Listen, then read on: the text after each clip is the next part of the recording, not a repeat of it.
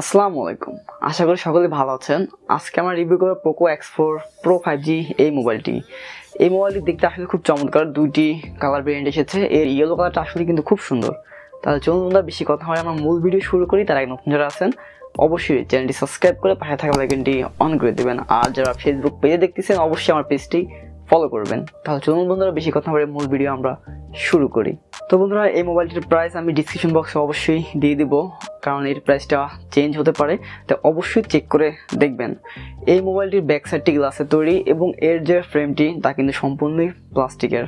এবং এই মোবাইলটির যে ইয়েলো কালারটি আছে এটি কিন্তু খুব চমৎকার একটি মোবাইল, আসলে দেখতে খুবই চমৎকার লাগে। এবং এর যে ক্যামেরা মডিউল খুবই নতুন বা অন্য কোথাও আমরা দেখিনি, কিন্তু এই মোবাইলটি কিন্তু রেডমির একটি মডেলের সাথে খুব মিলে যায়।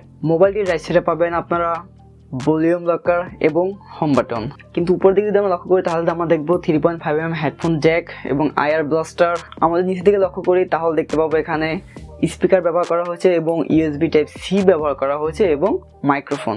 তো এখানে ডাবল স্পিকার ব্যবহার করা হয়েছে। এর সাউন্ড কিন্তু খুবই ভালো ছিল। যদি আপনার খুব হাই লেভেলের ভলিউমে শুনতে চান সেই ক্ষেত্রে কিন্তু একটু ডিসকাশন হয়ে যায়। তো বন্ধুরা এবার আমরা কথা বলবো ডিসপ্লে সেকশন নিয়ে। এতে ব্যবহার করা হয়েছে 6.67 ইঞ্চ সুপার অ্যামোলেড ডিসপ্লে, যা কিন্তু 120 রিফ্রেশ রেট।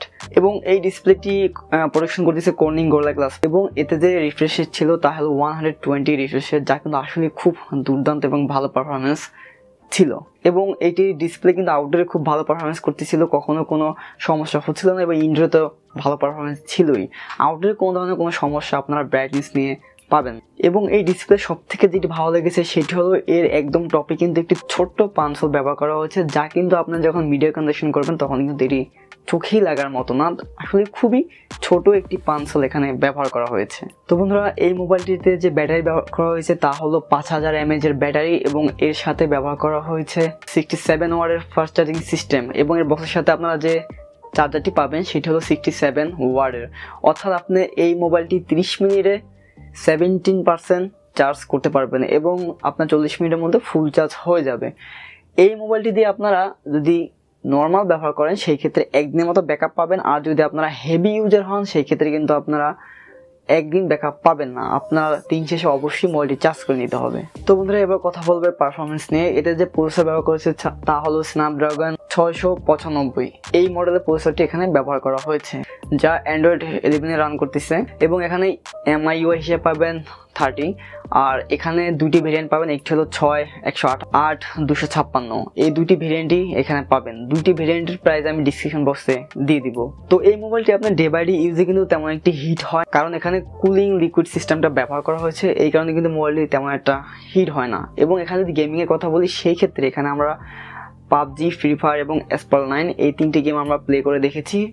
পাবজিতে যদি আপনি হাই গ্রাফিক্সে খেলেন সেই ক্ষেত্রে কিন্তু হালকা একটু লেগ দেখা দেয় যদি বেশিক্ষণ প্লে করেন সেই ক্ষেত্রে, এবং যদি 30 মিনিটের মতো প্লে করেন সেই ক্ষেত্রে কিন্তু কোনো ধরনের সমস্যা হয় না। এবং ফ্রি ফায়ার এবং এসপাল9 কিন্তু কোনো ধরনের সমস্যা আমরা লক্ষ্য করিনি। এবং হেভি গেম খেলার ক্ষেত্রেও কিন্তু এই মোবাইলটি কোনো ধরনের হিট ইস্যু আমরা পাইনি, তবে যতটুকু হিট হয়েছে তা কিন্তু নর্মালভাবেই মেনে নেওয়ার মতো। এবার আসি এর ক্যামেরা সেকশনে।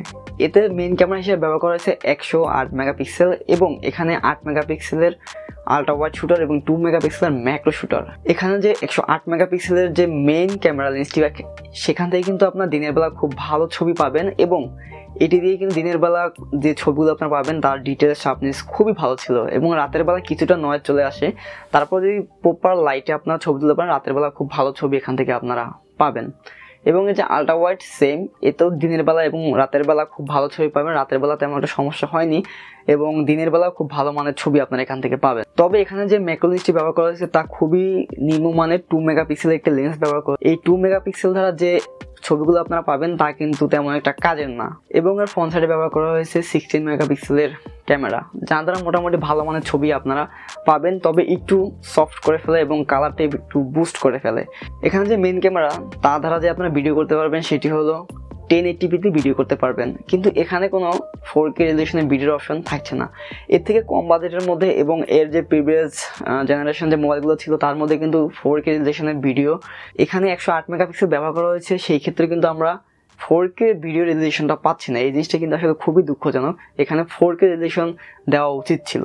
তো এই মোবাইলটি সবকিছু ঠিক আছে, লুক অ্যান্ড ডিজাইন সবকিছুই ভালো লেগেছে, কিন্তু এর ভিডিও কোয়ালিটি যেহেতু লো, এই জিনিসটা একটু আমাকে ডিসঅ্যাপয়েন্ট করেছে। আর সবকিছুই ওকে ছিল। তো আপনারা যারা নিতে চাচ্ছেন তারা নিতে পারেন, সবকিছু দেখে বিবেচনা করে তারপরে নেবেন। তো বন্ধুরা, এই ভিডিও নিয়ে যদি কোনো প্রশ্ন থাকে অবশ্যই কমেন্টে জানাবেন, আমি উত্তর দেওয়ার চেষ্টা করব। দেখা হবে অন্য কোনো ভিডিওতে, সে পর্যন্ত ভালো থাকবেন, সুস্থ থাকবেন। আর যারা আমার চ্যানেলটি এখন সাবস্ক্রাইব করেননি অবশ্যই চ্যানেলটি সাবস্ক্রাইব করে পাশে থাকা বেল আইকনটি অন করে দিবেন। আল্লাহ হাফেজ।